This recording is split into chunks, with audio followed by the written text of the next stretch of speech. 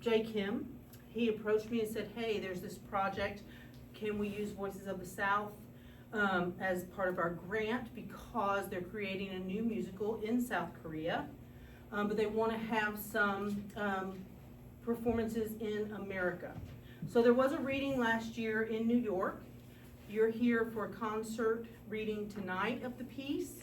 However, Voices of the South is going to proudly produce this play in January 30th, 31st, February 1 and 2. So for 4 nights. So please, if you've enjoyed it, please spread the word to your friends and have them come back, and you please come back in January. Several of the actors will be here performing. Sadly, a couple of them will be performing at the University of Memphis. I'm so honored. I was telling them earlier, I'm so honored. For 15 years, Voices of the South did an internship with University of Memphis. And it was one of my greatest joys, was working with students from the University of Memphis in that internship. And so it's been like at Old Home Week, I guess. It's been really exciting to have them in the space, working with Jenny and Todd, who are Voices of the South members. And it's really felt awesome, and you're in for a treat. And again, I thank you so much for being here. And yeah, I say enjoy Crazy Bread.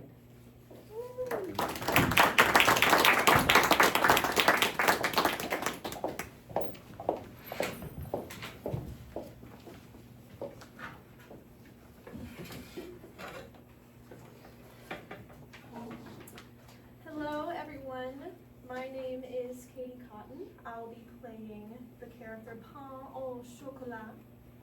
Pain au chocolat is a croissant filled with chocolate. This baker has narcissistic personality disorder and was hospitalized for anorexia. In her fantasy, she thinks she's very special and talks about all her winning traits without any logical basis. She does not understand why it is an illness to love herself. And on her arm, there are traces of many suicide attempts. She first grew ill while studying in France. Hello, my name is Axel Langford, and today I'll be playing the role of focaccia. Focaccia is a bread which is crisp on the outside and soft on the inside due to excess olive oil. This baker is schizophrenic, and I was treated and left the hospital, but her condition worsened after a news story came out about a crime committed by a schizophrenic, which received negative backlash. She improved through medication and came to bake bread, but still tried to avoid voices and images. She first became ill while living in the busy life in her first workplace. Hi, my name is Garrett Whitworth. I'll be playing brioche. Brioche is a bread that which resembles a snowman. It's very soft due to the eggs and butter in its recipe. This baker was hospitalized for avoidant personality disorder. He cannot look audience members in the eye and is sensitive to their every move. He often has thoughts like, why is he staring at me that way? And what if she finds me unacceptable? He tries to overcome these thoughts by baking. Just like a snowman which melts in the sun, he grows small in front of others' eyes. He first became ill while finding a job. Good evening, I'm Todd Berry, and I'll be playing Campagna. And he's a man in his 30s. Campagna is a rough countryside bread, although Campagna almost disappeared due to the popularity of baguettes. Bakers eventually began to supply it once more. The baker was hospitalized for depression, although he spent all day lying in bed, and he was so depressed that nurses had to spoon feed him. His condition improved once he faced his illness. He is the manager of Crazy Bread. I'm the heart. My name is Jenny Madden. The good but vulnerable hearts of the 4 bakers. For brioche, this represents his inner child. For focaccia, the voices she hears and the images she sees due to her schizophrenia. For pain au chocolat, her inner self instead of her outer self. And for Campagna, sadness without reason.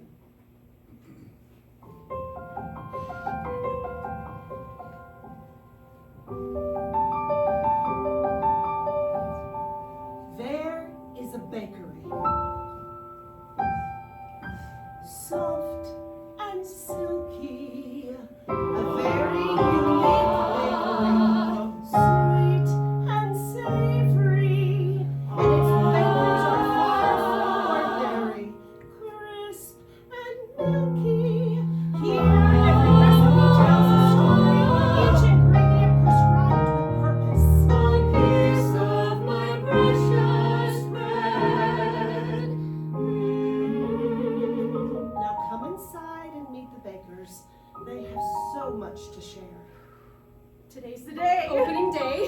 so early. The sun is still asleep. What? It looks like something has been stirring all night.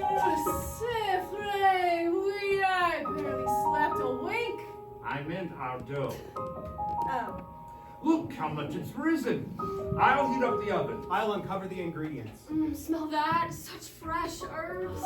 And that chocolate, so good I can almost taste it. Soft and silky, sweet and savory, crisp and milky, melts in your mouth like butter.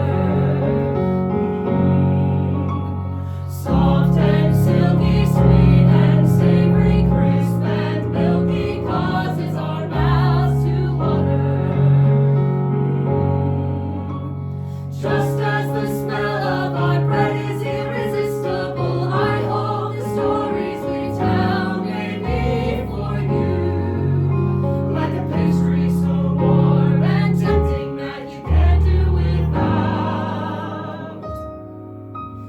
While the whole world was asleep, slowly the dough rose and rose, and while everyone was slumbering, my heart was beating like a drum, and my mind was racing away. My spirit high, my thoughts kept turning on and on. I know exactly why. Soft and silky, sweet and savory, crisp and milky, melts in your mouth like butter. Soft and silky, sweet and savory, crisp and milky, causes our mouths to water. Just as the smell of our bread is irresistible, I hope the stories we tell may be for you. Like a pastry so warm and tempting that you can't do without. We are the bakers of Crazy Bread Bakery. I'm not so sure about the name though. Who named it? I did. As manager of the bakery, I want to personally welcome all of you. We're glad you're here, early, We don't usually allow visitors. but we've been preparing for you. And we're ready now. Are you excited? Of course! Aren't you? I don't know. I don't know. I'm nervous. Well, let's hurry. Bakers, grab your ingredients. We're just a few hours till opening. I'm so sorry, but I need some eggs too. The smell of our Bread is irresistible. I hope the stories we tell may be for you. Like a pastry so warm and tempting that you can't do without. Crazy bread.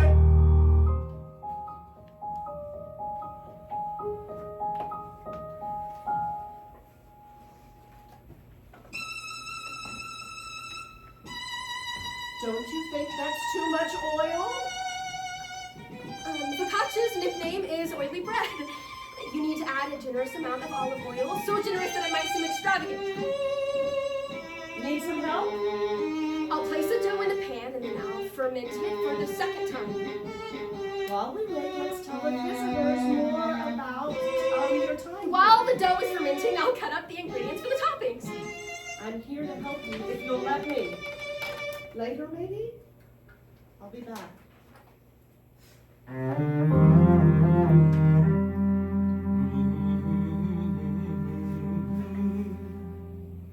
Do you like bowls of brown rice? If you do, you'll like this bread.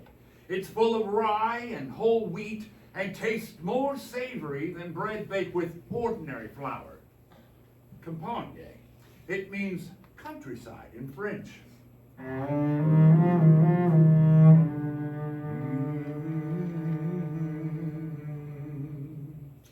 The bread that Jean Valjean stole in Les Mis was campagne.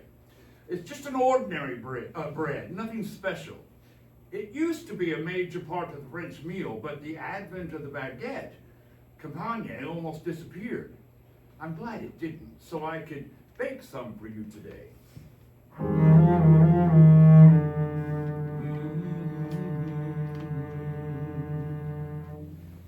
baking class, we could all choose which bread would be our main baked good. There were so many sweet and savory and fancy breads, yet I chose campagne. That is, I liked this bread with its commonplace name. It was simple. I tend to keep things simple. It's my management style.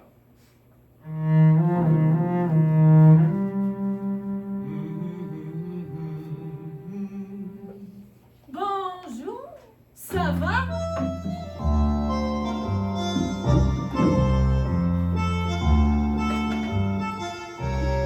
Nos raisons et prix qui restent frais dans nos mémoires, comme les faits des jeux. La torrifère qui brillait, la la la la la. Notre jeune côté, assistance au café, les petits pluies qui tombaient sur la rue. Ma propose pas oublier cette eau douce. Je m'en levais tôt les matins pour aller en jeter dans une maladie en pain au chocolat. Sucré, sucré et doux. La la la la la la. Tout mes sauvé, oublié tous mes soucis. Sans pain au chocolat. I miss Paris so much these days. I was there for some time as a student. Every morning I would wake up to the most beautiful aroma. I'd rush downstairs to the little bakery for my pain au chocolat. I'd enjoy it with my coffee as I sat along the river Seine. It was beautiful, so serene. And the lights? Perfect for my social feed. I was so popular. An influencer. But then I had to come back home due to complications. I don't love it here. But the upside is that I learned to bake. I'm going to apply for Le Cordon de Paris. I know they want me. Anyone who tastes this pain au chocolat will just realize how special I am. Ne pouvons pas oublier cette eau douce. Je m'en levais tôt le matin pour aller en jeter dans une maladie en pain au chocolat. Sucré, sucré et doux. La la la la la la.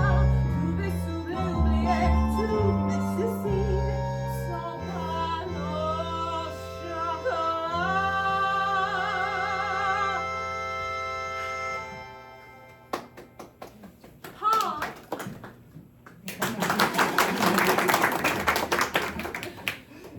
Pain au chocolat is a croissant containing chocolate.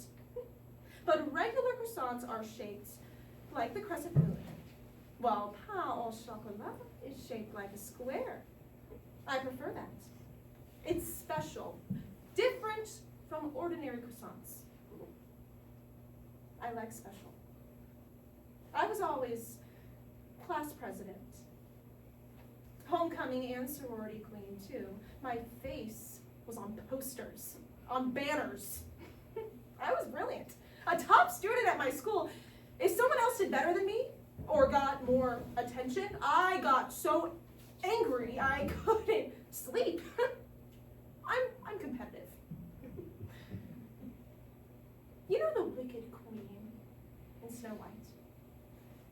The books portray her as a villain, but I understand her. Mirror, mirror on the wall, who is the fairest of them all? One day, out of the blue, the mirror, which used to call her the most beautiful, calls somebody else the most beautiful. Who wouldn't be hurt? Who wouldn't be depressed? The mirror should be on her side, right? The mirror's the only one who supported her. It looks like a snowman, doesn't it? needs to look like a snowman. That's what makes a brioche. That's what Mom used to say. She always baked brioche when I was a kid. I loved watching her roll the dough into tiny little balls. I always wanted to help, but Dad. My father didn't think the kitchen was a place for me. He thought I should be out tossing a football, signing up for soccer league, running for class president. But that wasn't me. I actually didn't eat a lot of pain de chocolat while I was there. A lot of it was just for show. For the snaps. Not that I hated it, I loved it. But it was a calorie bomb. If I ate it every day, I bet my followers wouldn't have approved. Want to hear an interesting story about brioche? You probably know that Marie Antoinette, at the time of the French Revolution, said, "Let them eat cake." But it was not cake. It was brioche. Qu'ils mangent de la brioche. I don't speak French. That's all I know. My pronunciation was weird, right? I bet it was. I didn't get good grades in French class. It was hard to stand up and speak in front of others. I hope nobody here is fluent in French. Oh, mon Dieu, chocolat! My followers hate me being fat. In Paris, I started putting on a couple pounds. I didn't even notice at first. But well, you should have seen the comments. At first, it was about my weight. And then my chin, my skin, my hair, my clothes. My not being smart enough. I was the smartest in my school. What did they know? But then one person would comment, and another, and they just pile on. They want everything perfect. I don't blame them. I mean, look at them. They're perfect. If there's any imperfection, well, it's me. They sometimes fill up brioche with fruit, custard cream, and chocolate, and sometimes with sausage, cheese, and meat. Fascinating, right? I've tried a lot of things, but I found that I like brioche without any filling the most. Because brioche is such a perfect bread, I don't need to add anything. I like it just as it is on its own. Of course, I don't think of myself that way. I love myself. There are so many self-help books out there. I haven't read one of them. I've always loved myself. Yet, why am I here?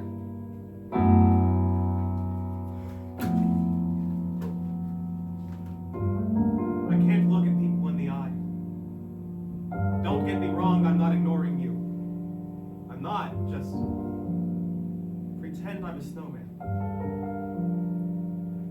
When the snow descends in white angelic bands, coats the earth without a sound, then you can make friends out of snow.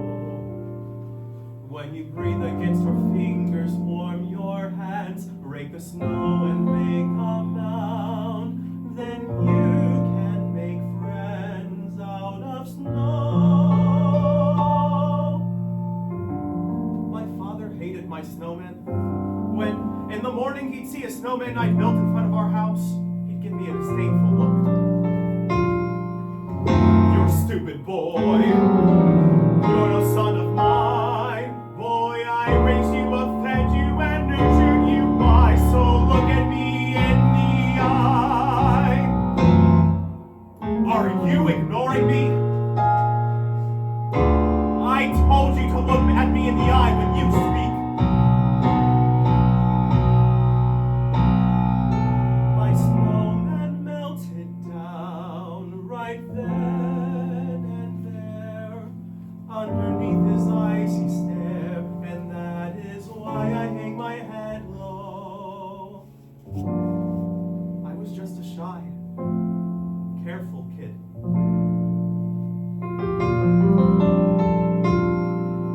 Years have passed and I'm baking a brioche. Now I watch the bread rise, praying I won't melt. front of all these harsh strangers' eyes.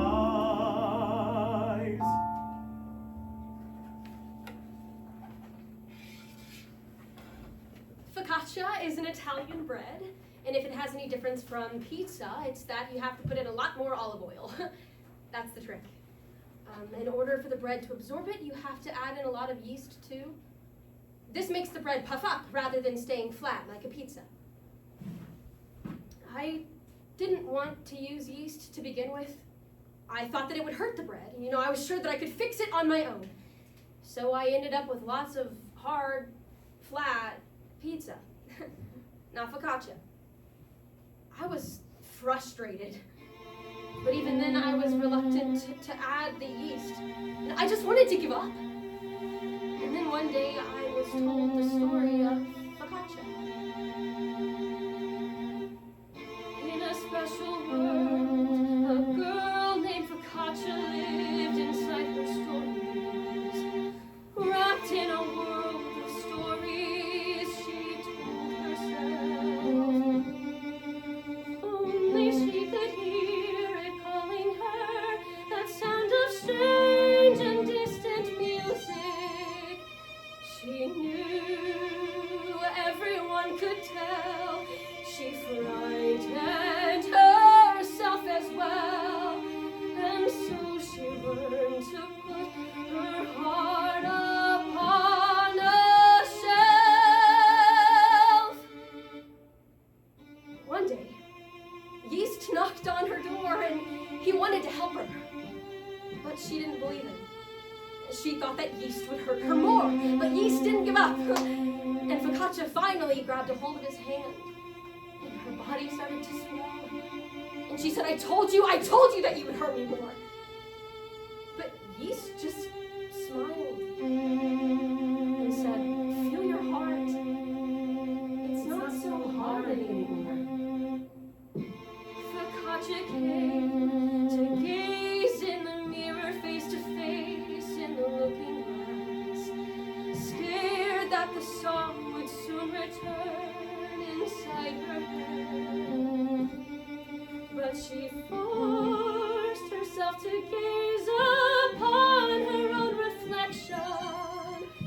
She saw that she was not unlike her soft and savory.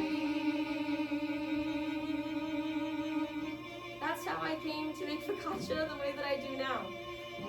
You may not think that you're too familiar with it, but I bet everybody here has tasted focaccia at least once. When you go to an Italian restaurant and they give you the bread before the meal with olive oil and balsamic vinaigrette, that's focaccia. Does it sound more familiar now? It was always there and you just didn't notice.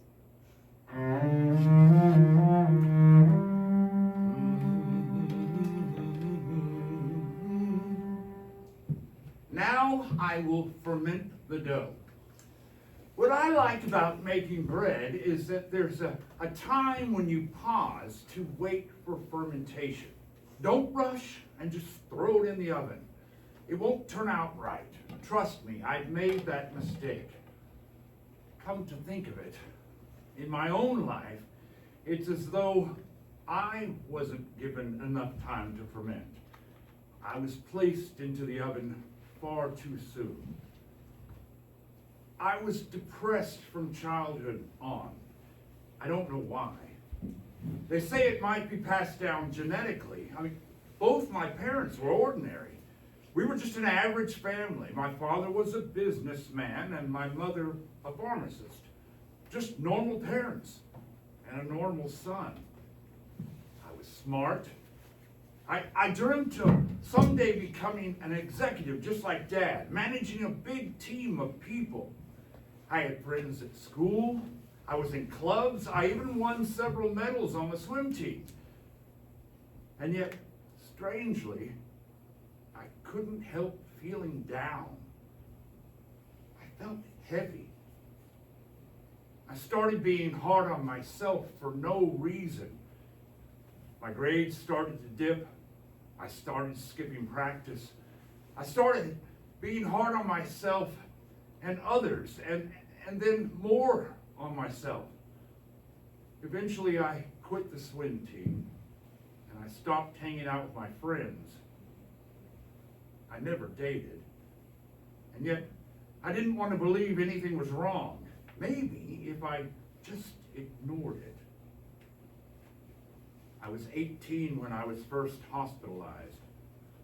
I thought it was just a passing phase in my teenage years. It's all gonna be fine, right?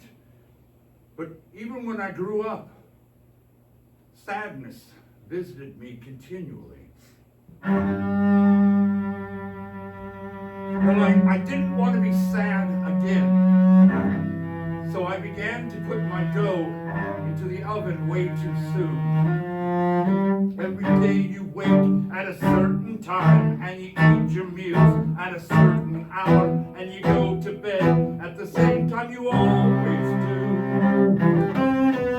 Any aberration would be a crime, so stay the course with all your power. Think of thoughts, cause that's what you want.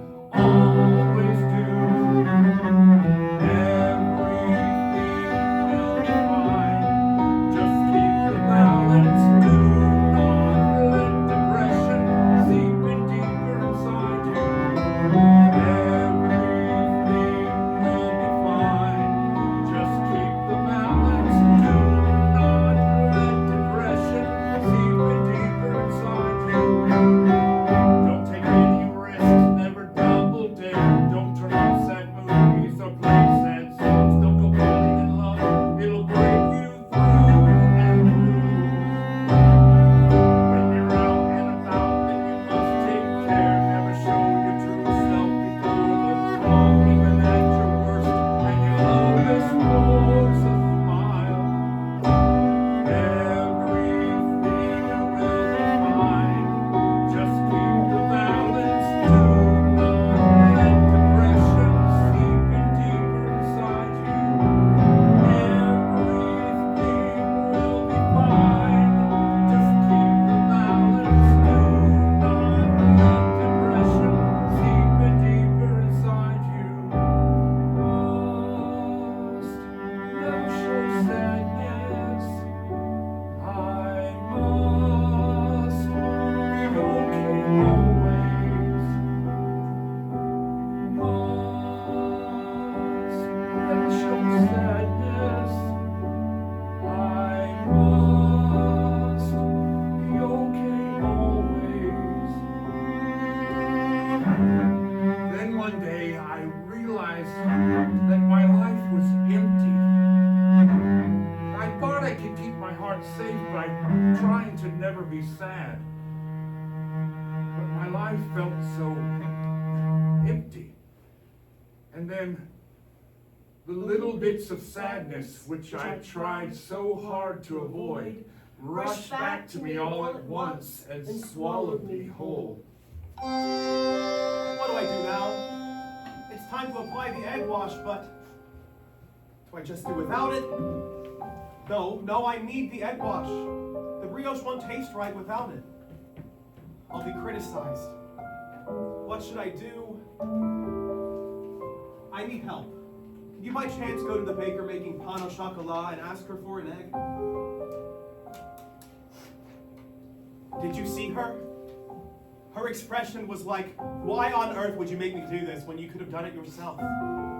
She's not going to come back, is she? Now she's going to hate me. I hate this feeling of being judged. Come to think of it, those chic sunglasses I wore all over pale evening, I often put them on just to hide my tears. I'm wearing them in almost every post. But oh, I looked magnifique. I was perfect. But then, why? I'm not ready to meet new people. My family hates me. I hate me. So why shouldn't they hate me too? What would they all say if they saw me now? This flawed creation, this sham. If I don't interact with anyone, I won't get upset. I can just keep my inner peace. I'm sorry, I don't think I can do this anymore. I'm sorry. This was all a bad idea. This program, the bakery. What am I doing here? Yes, I know it's not meant to be.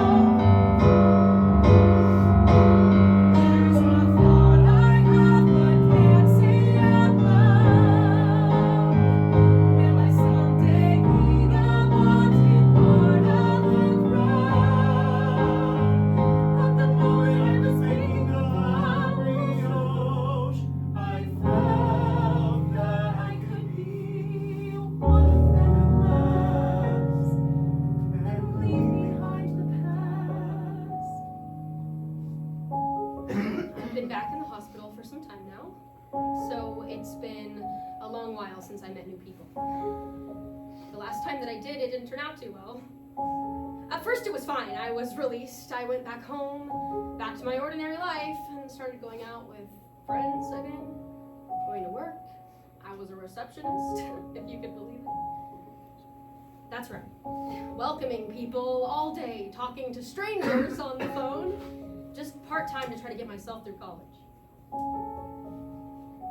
But then, there, all over the news, another shooting, and this time, the gunman just happened to be somebody with schizophrenia. Well, you should have seen the exaggerated headlines and the ill-informed comments on the internet. Get the violent crazies off our streets. Lock them away forever. Seeing those comments, I just got scared. Do people feel that way about me too? I wasn't at all like that man. I'm not violent. I've been treated. My doctor's story about the yeast, I'd taken that to heart, and I was taking my medication. I turned out all right, but what if they were afraid of me? My friends, my coworkers, my boss. The thought of all that just made me so anxious, just upset, so frozen, which is why I'm here again. I came back now on my own. I checked myself back in. I'm so sorry. I'm just thinking about all of this now is really just making me anxious. What if people are afraid of me and afraid to accept me? Afraid of the focaccia that I'm baking? There's a thought I have but can't say out loud. Will I someday be a wanted part of the crowd? But the moment I was baking the focaccia, I felt that I could be one of them at last and leave behind the past. Will I stay trapped here forever? Even if I said that there might be beautiful music. Once again, as soon as the string instrument is tuned,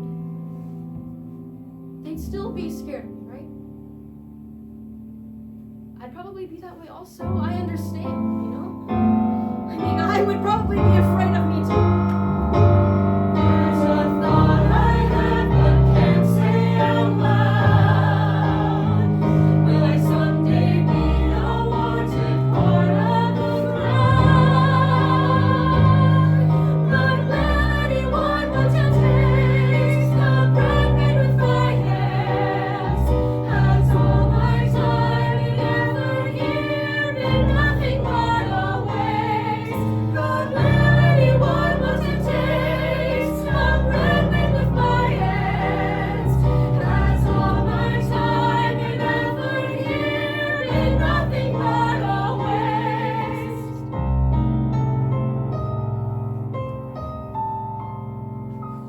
Oh, I know I cannot turn back time. Maybe there is nothing that will cure my pain. Though I've tried and I've tried to change, I've tried so hard and hoped and dreamed. I'm not what they want, and all my hopes have been in vain. I was trapped. And for a long time, I lay in my bed. I couldn't eat. I had to be spoon-fed by a nurse. I'd stare at the ceiling, go to sleep, wake up and continue to stare at the ceiling. And time passed that way. I didn't want to overcome it. Because I knew sadness would visit me again. So I just wanted my life to end. Then one day, amidst days where I could not tell dream from reality, sadness spoke to me. Are you okay? No, I'm not okay. How can I be okay? Do you want me to disappear? Yes, forever. It's impossible. Then what's the point of life? Why should I continue living this depressed life? Do you remember when you were a speck of dust? What do you mean? a vast desert and met you. You said, let me turn to anything. A great wizard said, there is an orphan to be a human. The rule of this life, you will have joy, love, excitement, but also pain, sorrow, disappointment, until you return to a speck of dust again.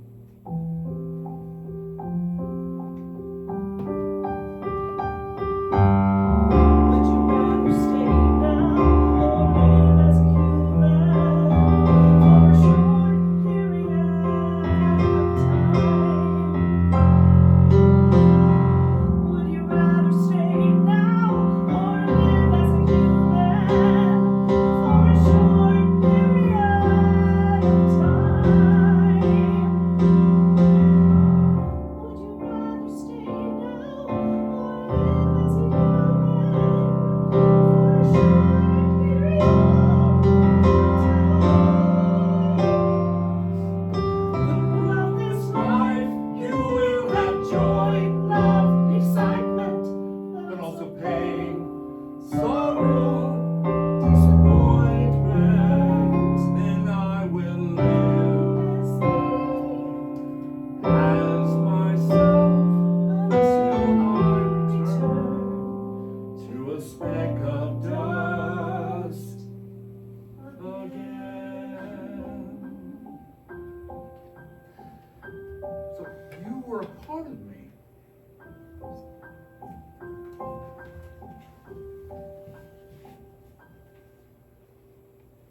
What happened to your bread?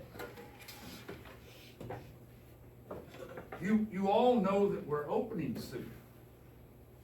Let's just sell Campanias. Yeah, we can change the name of the store and call it Campania Bread instead of Crazy Bread. I think that's a good idea. It's all for the best. Who's gonna eat my bread? They'd eat yours, not mine. No, they'd lump us all together. All of us in our hospital clothes and wouldn't want to eat anything we But they did. won't be afraid of you. They don't know me. Nobody knows us. No one knows our true selves. If I were in their shoes, I bet I'd be frightened too. I bet that I'd cringe and fearfully accuse. In fact, I think I'd find me hopeless and cast me away. If I were in their shoes, I think I was strange, I know. See my two wrists and the marks there in red. That's what their eyes will fall upon.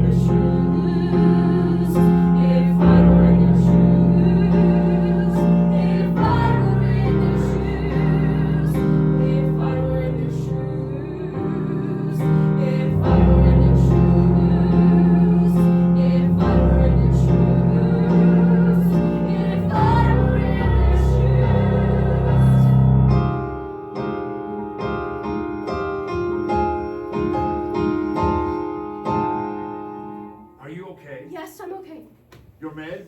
Of course, I took them. As manager, I just need to make sure. Thank you.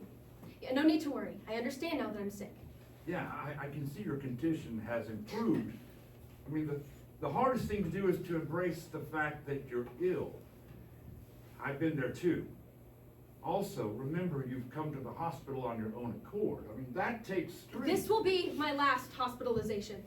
I'm never coming back again. I've had a great life ahead of me. Well, in that case, you should go back to the baking room and make some bread, right? Oh, that goes for you too. I'm out. I quit. What about you? I. You had a low GPA. Did you really try? You don't think? How do you think you? I guess you didn't really bread? You're study not that smart enough to hard. make bread. How do you do the math You for that? can't- It's bread and He looks butter like he's and about to flour. start How do you think of I'm it? all right. I'm all right. I'm all right. This too shall pass. This too shall pass. This too shall pass. My heart is beating far too fast, and my palms are getting sweaty, and my breathing speeding past. In a moment it will end, yes, quickly it will cease. This too shall pass. This too shall pass. This too shall. Let's count backwards. Can you? 30, 29, 28, 27, 26, Will you count with me? 25, 24, 23, 22, 21, 20, 19, 18, This 17, pass. 16, This 15, pass. 14, 13, 12, 11, 10, 9, 8, 7, 6, 5, 4, 3, 2, 1. Thank you.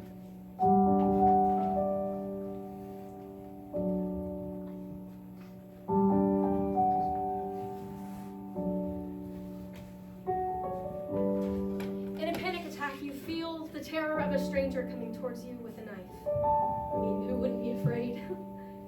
Go on. Everyone will understand. They won't find you strange. Thank you.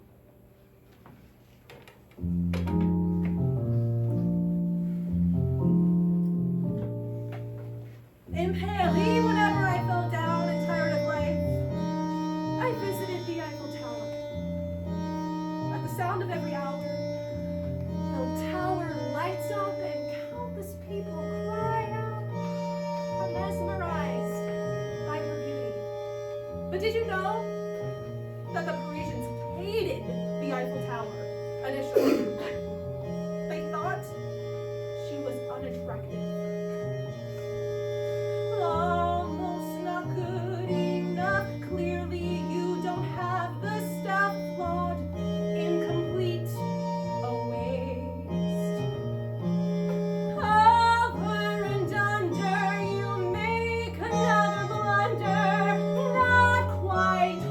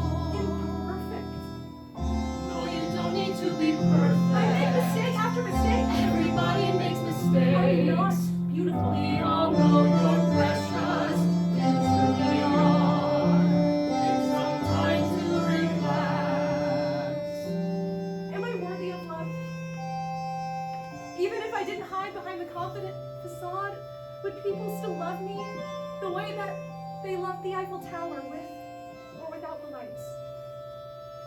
I adore the girl I am. You know I love you to the core, and I love you for your flaws. I love you all the more. I'm in love with who you are.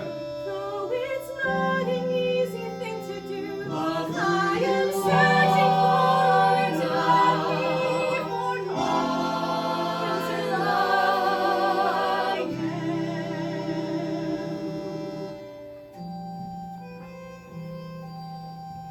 Excuse me? You can see me. Why are you still avoiding me? Can you please go away? I've taken my medicine and I shouldn't still be seeing you. Why can't it all just go back to the way that it used to be? Like it was.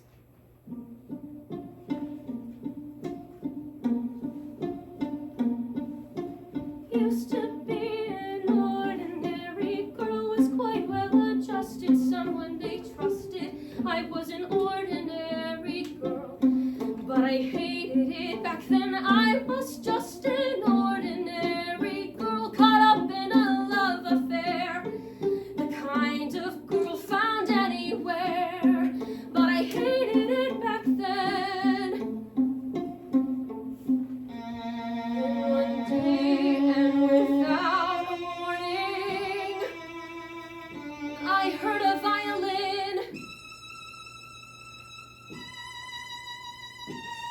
Okay, can you stop? Can you just please stop playing? Please.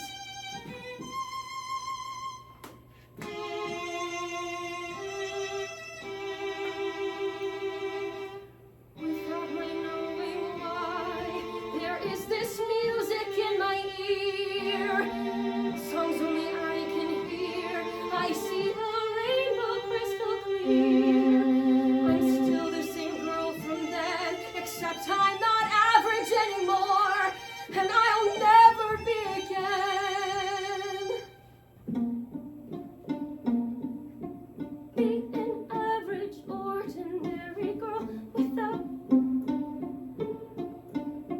If you would disappear, please leave.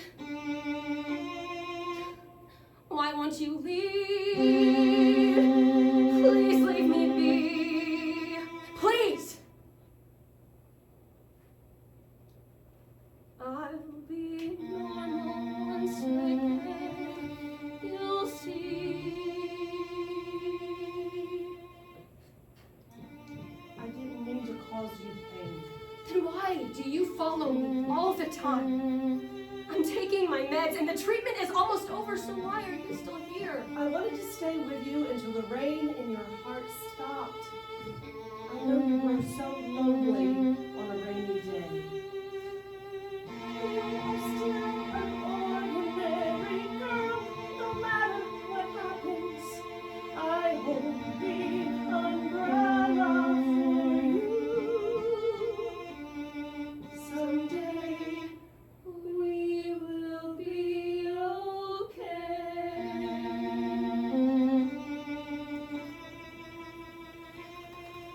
It's ready. It looks so good. It smells heavenly. This smell is why I started baking to begin with. I was going on job interviews, trying to pull my life together, trying to make Father happy, but I screwed them all up. Couldn't make eye contact. I don't know who felt more uncomfortable, me or the interviewer. Well, I was down to my last interview, my last chance to succeed, and I bombed. I felt awful, hopeless. I was on my way home in the subway wondering what I was going to tell my parents. And then there it was. The aroma of freshly baked bread wafting through the station. There was a little bakery there, you see, and taking in that smell is strange, but oddly I felt some happiness.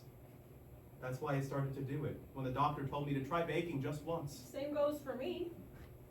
The few happy memories I have from Paris have to do with eating a hot croissant and drinking coffee for breakfast.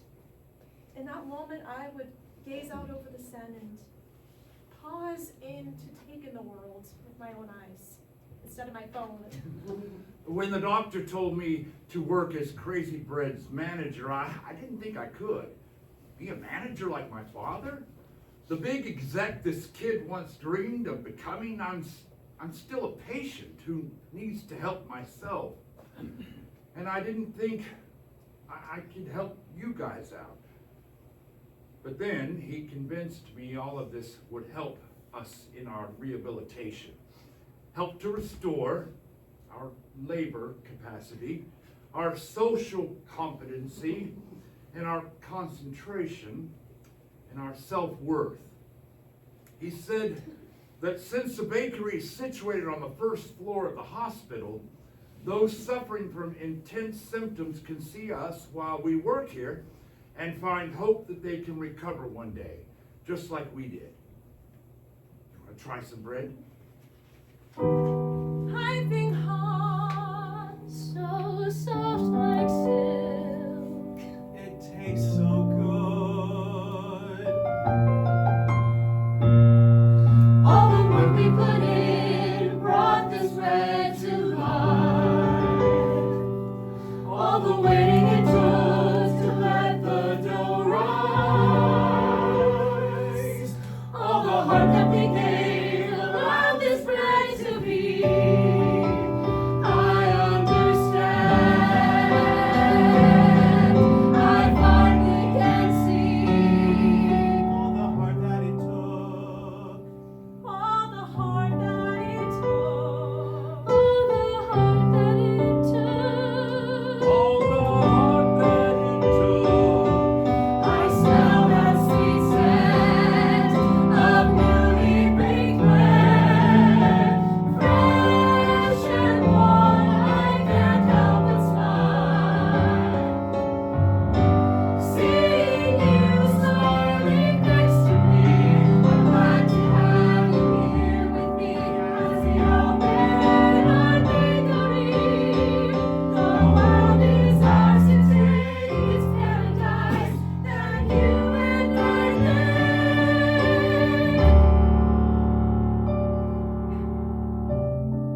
Where are you going? To bake bread? I think I will too. I'll fire up some ovens.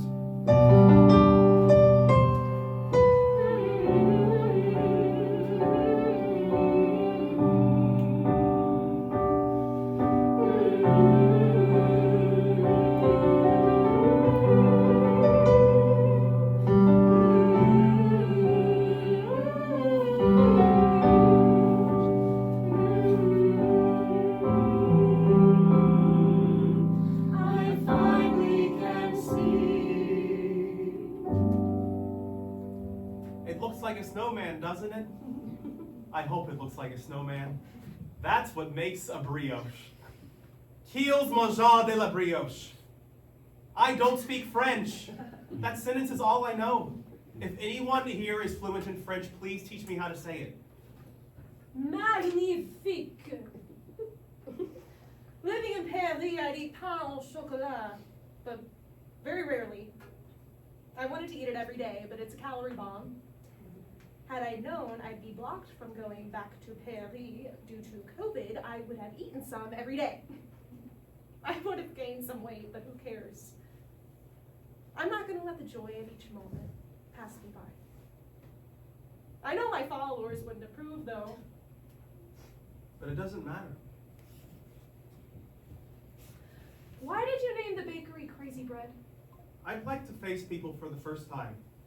They can call us crazy, but so what? It's time we reclaim the word for ourselves. I don't just want crazy to be something scary, or embarrassing, or shameful. We can use it as an empowering word. You wear it as a badge of honor. If we start to break the stigma, well, maybe others will be more open to us too. Isn't it too much? Well, focaccia's nickname is oily bread. You need to add a generous amount of olive oil, so generous that it seems extravagant. Need some help? Yes. Can you unfold this dough for me? And then let's cut up the ingredients for the toppings. So what was the name of the bread again? Never heard of it. Focaccia.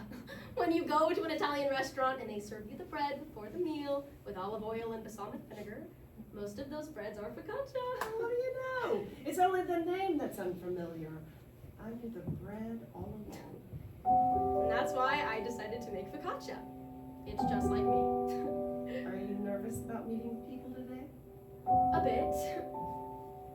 To be honest, I'm just nervous, you know, will they like the bread that I make? I bet they will. All the heart that it took.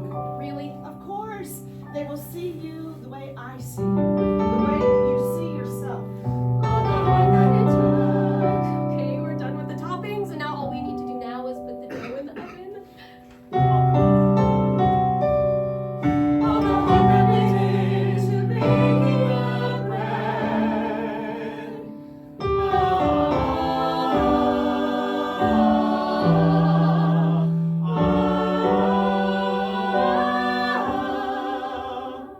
Wait, you're not coming?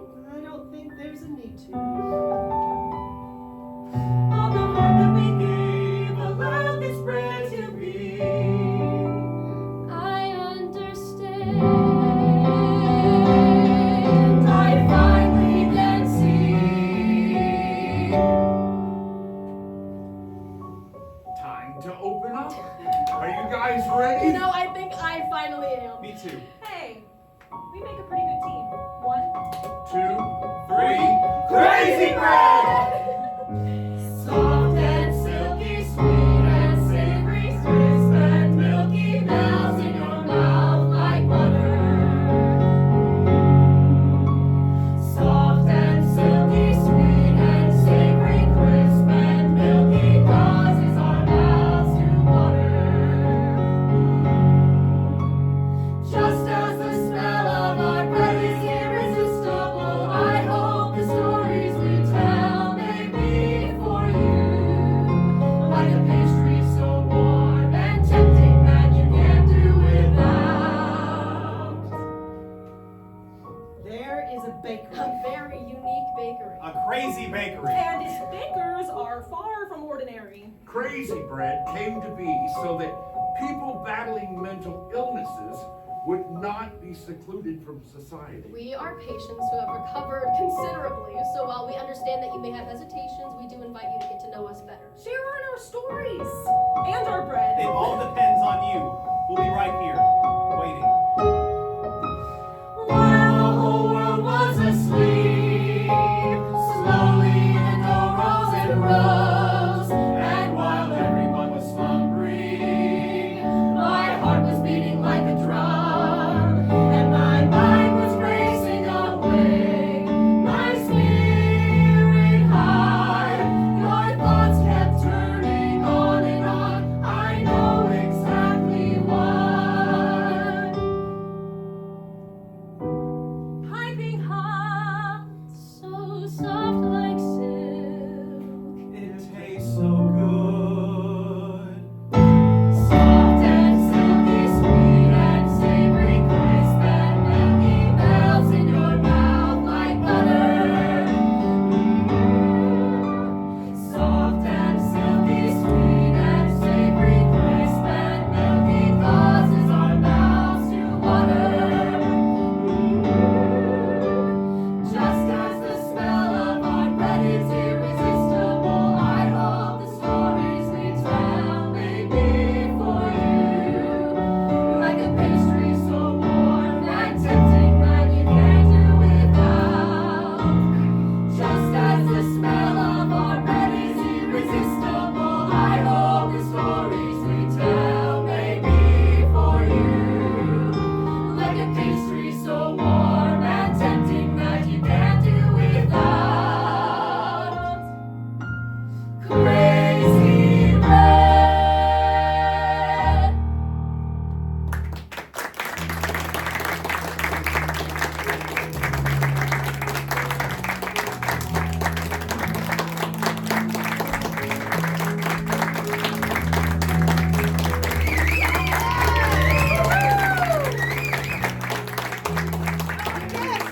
I just want to tell you that magnificent things have been happening in this room in a very short amount of time.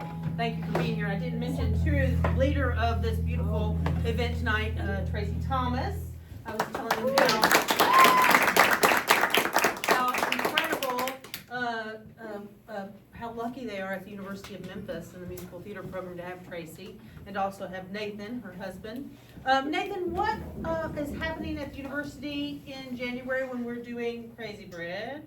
There's a show called Vices. Vices. That these two are in. Yes, that KT and Axel are in that show. And Axel just dropped a CD today. Me and my cousin released a new single called Slow Down, and it's on Apple Music and Spotify. It's R&B if you like that. And Yeah. it's under Axel. Axel, Really good. AXYL in all caps. There we go.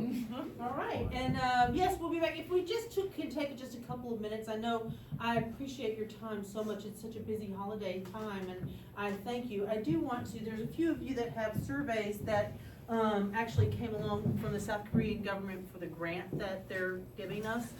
But I would like, in the spirit of Voices of the South and the way that we create new work, just have a few questions and have a little bit of a discussion, not a long one so we can all get out. But one of the things I like to ask, we do use the Liz Lehrman critical response. One of the first things we like to say is, what were moments of meaning for you? If you could make statements of meaning, a moment in the show that spoke to you, something that stands out to you. Obviously, this is a concert reading. If you can imagine, we will be, creating the whole environment in January. But if there were moments in the piece that spoke to you that stand out, what were they? Any statements of meaning? The dialogues between the characters and the heart, the things that I think touched me the most. I was very, very moved by the character and the person with schizophrenia. Oh. All of the characters are relatable as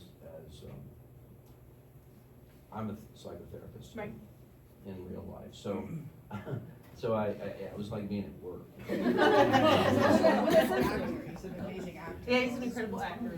Director. But schizophrenia is a diagnosis that is weaponized a lot, which I think you really touched on. The author touched on, and your performance really brought close. So the stigma of that word, and how she was trying to just deal with what was inside of her, and the dialogue with the heart, I thought was very moving. Oh, thank you. All right, wonderful. The author and the lyricist, they will get a copy of this, so that feedback, they would, I'm sure, be happy with that feedback. Any other statements of meaning? Anything that was surprising or compelling that stood out to you? Yes? I'm gonna cry when I say this, but I love that you take the word crazy and you take it back. And I think the healing journey for people who deal with mental illness is people throw around the word crazy so much. And it's become this word that even now we tiptoe around or you throw it out. But the way that it's incorporated into the script and the way that you at the central point own that is pretty important. So I think that that's gonna be something that the audience is gonna respond really well to, especially if they're a therapist or they work with people who struggle with mental health challenges. I think it's beautiful. Thank you. It means a lot. I know Bill and Kimberly both work with Our Own Voice, which is a theater company of consumers. And so I'm so thankful that you're here, and I appreciate your feedback. I'm really grateful that both of you are here. Yes? I think each character had moments for me that touched me in a special way. They each have their own things. The payoff of them when they start communicating with each other and helping each other was what meant the most to me. Just when they were actually supporting each other in beautiful ways, and that's really what helped them. To me, that was it. All right. Thank you. Good. Other statements of, yeah, Ron? The stop the music hit me particularly, like stop world, I want to get off type of thing, and it wouldn't, and had the soundtrack going in your head. Yes. I love that bit too. I think it's interesting, because I'm a music nerd. I found it very interesting in the score, and we talked about this a little bit, that each character has a sort of a musical motive that's associated with them. And the schizophrenia with the violin solo is really disjointed, and then the sort of almost relentless Mozart thing that happens for you, and Garrett has this very plaintive and sort of sad, really pulled down sadness kind of musical theme. And I think the composer did a really good job of supporting the characterizations, and I think that was something that was really helpful for us to kind of jump off of with the score, was to realize how much emotional content you could pull from your little Wagnerian leitmotif, if you want to be really nerdy about it. Well, I thank you for jumping in too, because I'm standing in front of you, but of course you guys are welcome to answer as well. You know, where there's been certain moments of surprise or things that you found compelling, statements of meaning. I have a question. Yes. Musically. So, there's a lot of, they sing, I was wanting I love the harmonies that happen. And I kept wanting harmonies. And I wonder why, if there's a reason it's written like that, does it have to do with the characters and how they're interacting and how they grow? I mean, what are your thoughts? Is it? It'd be a really interesting thing for you to put that on the form. Okay. True, I mean, I don't know the answer, you might. Well, there are kind of two directions I could go with that if I were talking, you know, out of my. One of the things that's true about musical theater in general is there's actually not a lot of complicated harmony in musical theater, unless you're doing a show like Waitress, where it's all about a studio-produced album sound, and then there's 6-part divisi, right? But it's pretty common and pretty typical for musicals like Chicago, for example, to be sort of 2-part harmony, maybe sometimes 3-part harmony. Then the other part of that scenario for me is the score itself is a little simplistic, this score. And it strikes me as someone who is exploring writing musical and compositional style.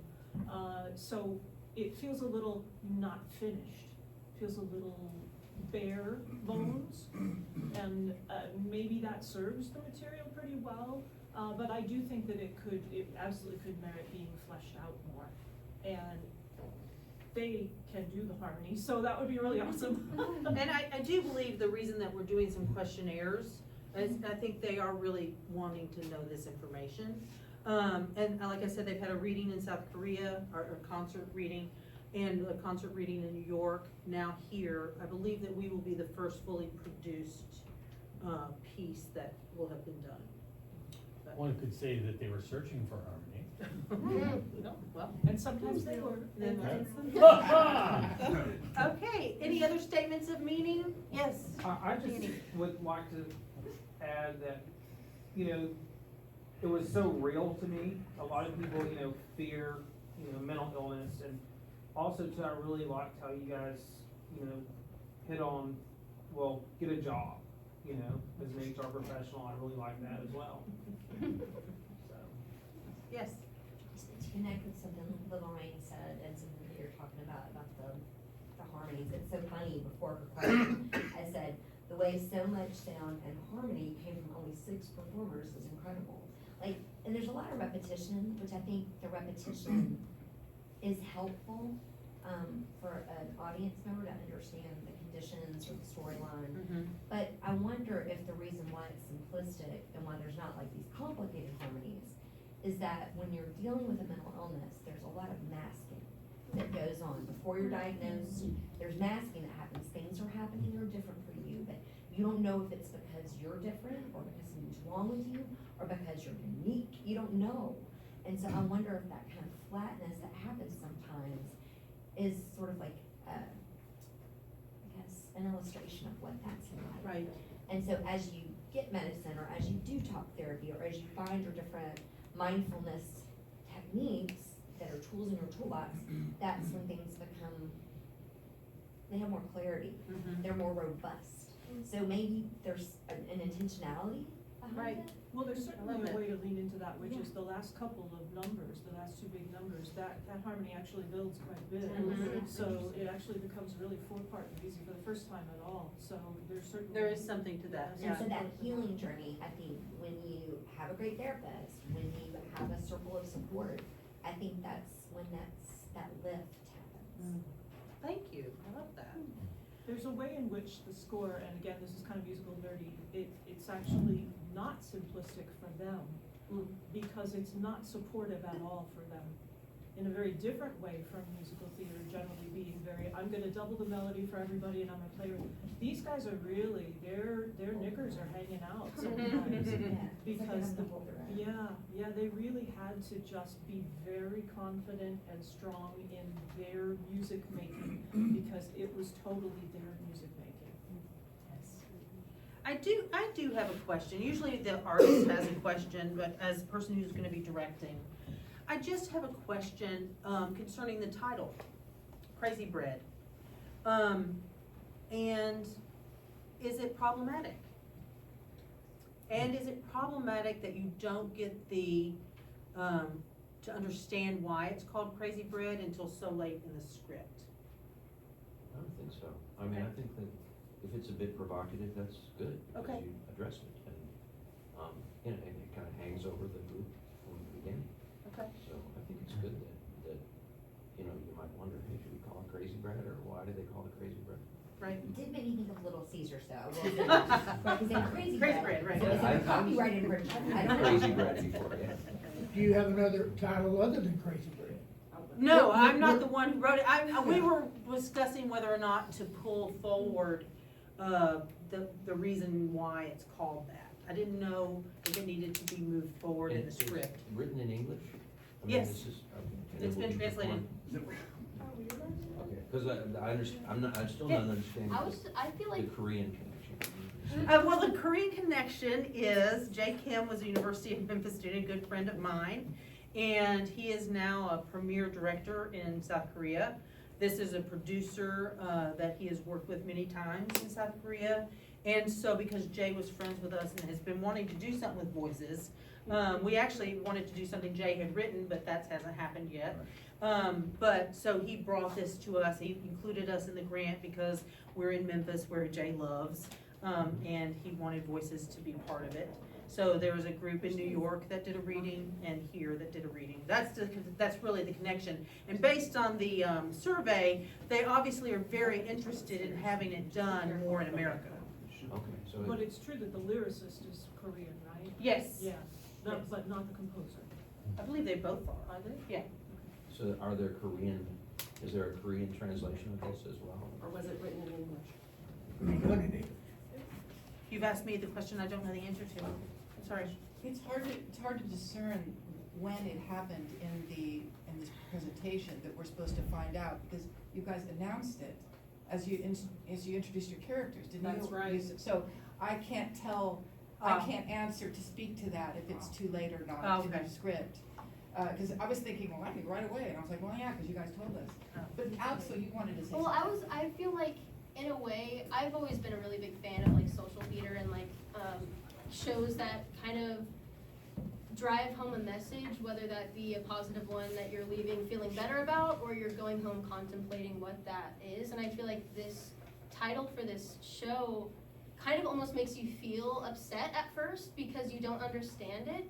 And then I feel like as you start meeting the characters and learning their stories and how they interact with each other and like why they've decided to name this bakery the way that it is, it almost makes the audience feel like how these characters are feeling just for like a brief moment, even if it's just throughout the duration of the play.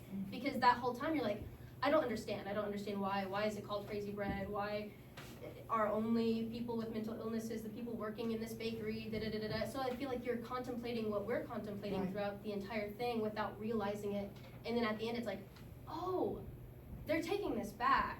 And this is an empowering thing, and this is giving these people a voice and an opportunity to work and be around people that are also struggling, and kind of giving those people voices. I mean, I think your character's a really, really good part of that. Like, he is slowly gaining confidence and being able to talk to people, and he's looking at Campagna in the eye, and he's talking to us, and he, we build that support system in this bakery, and I feel like the audience kind of gets to be let in on that secret. So I don't necessarily think that the name of it is a bad thing at all. Okay, Great. In my opinion. I think next time we shouldn't. Yeah, we shouldn't we spoil spoil the the surprise. thing. Oh, well, next time, Next time. in the production, they wouldn't be telling their Well, you might characters, have right? something Oh, different. so is that the opening thing when you went through and each person said who they were and? That's not part of the musical, I just did that as part of the reading. Really? So them saying their diagnosis was not part of the?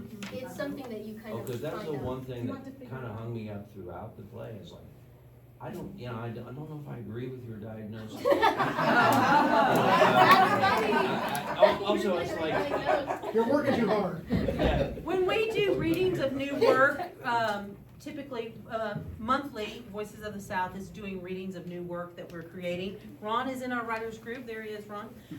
The writers group is doing readings every month, and part of it, what we do in the reading is tell who the characters are. yeah, so with them telling me that they had a narcissistic personality disorder or whatever, Oh. it was like, I don't think I wanted that information at the beginning. It is not in the I musical. mean, I wanted to know that what they revealed throughout, you know, Mhm. and your character with schizophrenia, because that is such a stigmatizing the diagnosis, it was appropriate that you were saying it throughout.